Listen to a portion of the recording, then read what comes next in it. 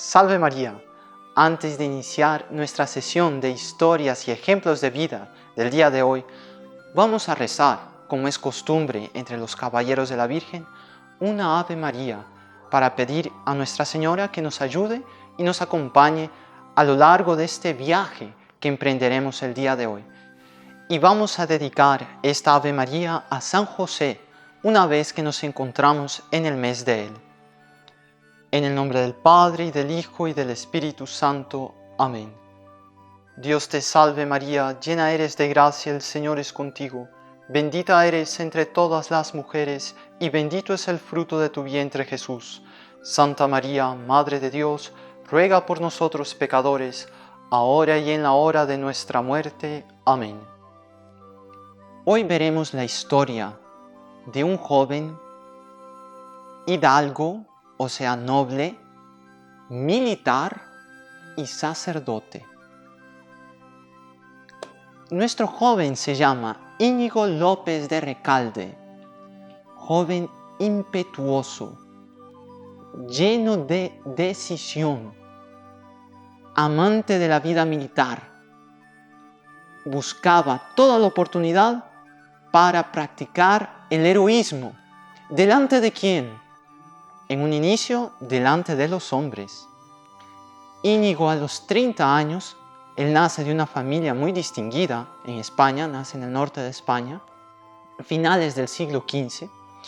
Íñigo, en toda su juventud, se dedica a luchar por los señores, por los monarcas de esta tierra.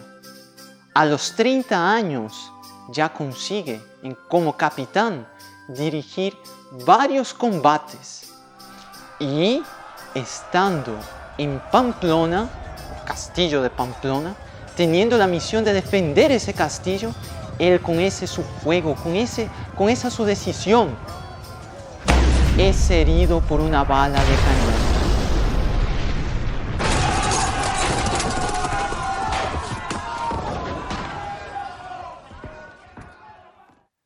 Bendita bala de cañón, que al derrotar el capitán español tan bravo como era, consigue para la iglesia uno de los mayores santos que ella conoció hasta ahora.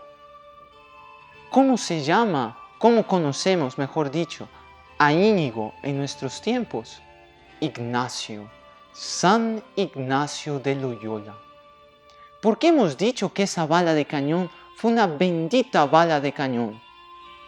Porque ella terminó con la carrera militar del entonces llamado Íñigo. Terminó, digo mal, interrumpió para dar un nuevo rumbo a ese espíritu militar que Íñigo poseía. Cuando está en su castillo en Loyola, pasa por 3 operaciones dolorosísimas. Las 2 primeras de ellas, los médicos le recomendaron. Pero después del fin de la segunda operación, él se da cuenta que su rodilla quedó con una protuberancia, quedó algo muy feo. Y él no quería quedar lisiado para el resto de la vida, porque era muy mundano. Él se imaginaba caminando en la corte, caminando así con algún defecto, entonces no quería. Pidió que le hicieran la 3ª operación. Los médicos quedaron de boca abierta, porque sabían que no había anestesia. Le advirtieron todos los dolores que iba a sufrir, él no se importa. Y de tal manera mostró valentía en esa 3ª operación, que así como en las otras, no quiso ser ayudado ni amarrado por nadie y no se quejó en ningún momento. Teniendo que descansar mucho tiempo, él pidió para leer historias de caballería, muchas de ellas imaginarias, ni siquiera eran verdaderas algunas de ellas. Y claro, el protagonista, el personaje principal de sus sueños cuando leía esos libros, era él, Íñigo, haciendo grandes actos de heroísmo, conquistando grandes ciudades, etcétera, etcétera, etcétera. Todo aquello que era que hablaba de la religión o de Dios, para él resultaba tedioso, aburrido. Íñigo no quería saber de Dios en esas horas, pero Dios nuestro Señor sí quería saber de Íñigo. Y se sirvió por eso de la hermana de Íñigo como instrumento para tocar el corazón de ese hombre valiente pero orgulloso. La hermana le dice un día que no tiene más libros que el Año Cristiano, que habla del santo de cada día, y el otro libro, La vida de Cristo. San Ignacio, bueno, no tenía otro libro para leer, agarra esos y comienza a leer. Paulatinamente, a los pocos, la gracia de Dios iba tocando el corazón de ese gran guerrero. No podemos pensar que Dios no amaba ese coraje de Íñigo. Por lo contrario, Dios quería ese coraje al servicio de la iglesia y con el pasar de los días conquistaba con su divina gracia el alma de ese gran guerrero. Un día, leyendo las vidas de santos, especialmente de San Francisco y de Santo Domingo, él piensa y dice, pensando con sus propias palabras, ¿y por qué no tratar de imitarlos? Si ellos pudieron llegar a ese grado de espiritualidad, ¿por qué no lo voy a lograr yo? Nunca dejó de ser español. Eso no fue una crítica, antes bien fue un elogio. Él tenía una alma decidida. Y continuaba pensando, ¿por qué no tratar de ser como San Francisco, Santo Domingo? Estos hombres estaban hechos del mismo barro que yo. ¿Por qué no esforzarme por llegar al grado que ellos alcanzaron? Hasta que una noche, en cuanto él descansaba, tuvo una visión. Él veía a Nuestra Señora que se le aparecía con su divino Hijo en sus brazos.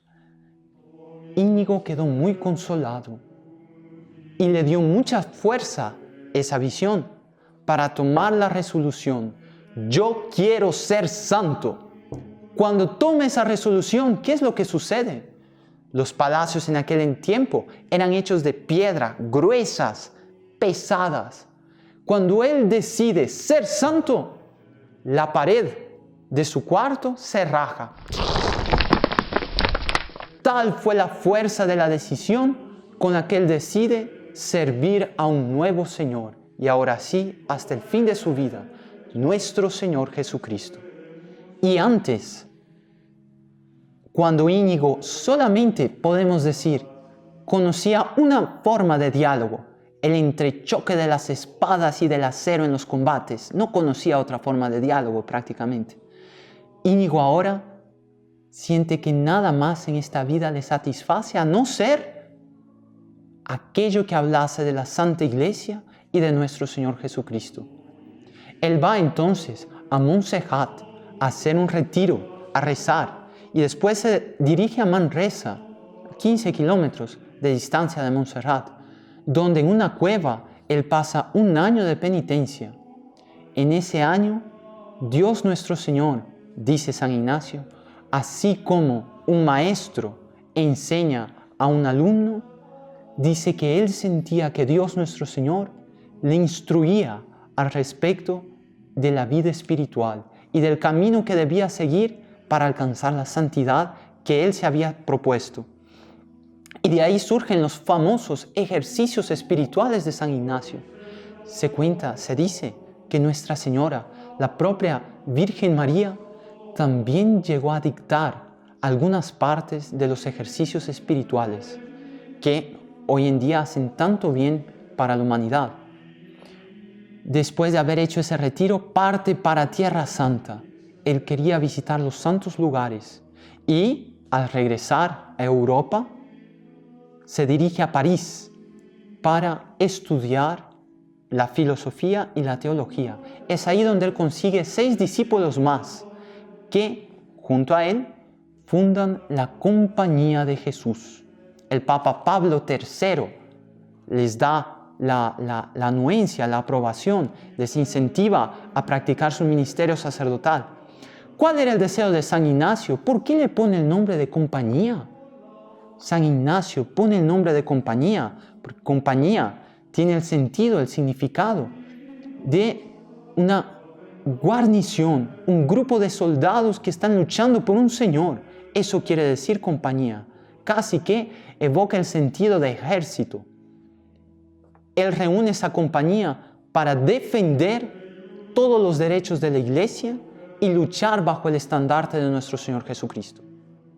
Finalmente, Dios nuestro Señor, por la intercesión de Nuestra Señora, habían conquistado la conversión de este alma tan santo, tan fogoso y tan decidido al servicio de la Iglesia. ¿Pero de qué instrumento se sirvió Dios nuestro Señor para conquistarlo? Primero, la bala de cañón. Segundo, la lectura. Si a nosotros todavía no nos ha llegado alguna bala de cañón, Dios quiera que no nos llegue, sirvámonos entonces de los libros, de la buena lectura, porque es un medio por donde Dios toca nuestra alma.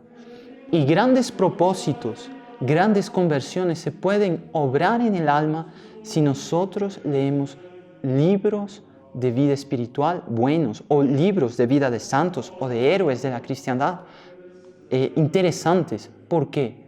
Así nuestra alma va a ser tocada por esas melodías interiores y podemos llegar a ser grandes santos como San Ignacio.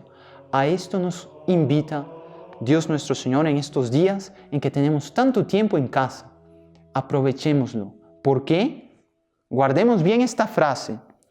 Quien ama verdaderamente nunca está ocioso. San Ignacio, rogad por nosotros. Salve María.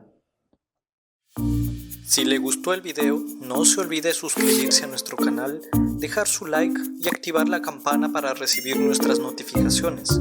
También le invitamos a compartir este video con sus amigos. Que la Santísima Virgen les bendiga mucho.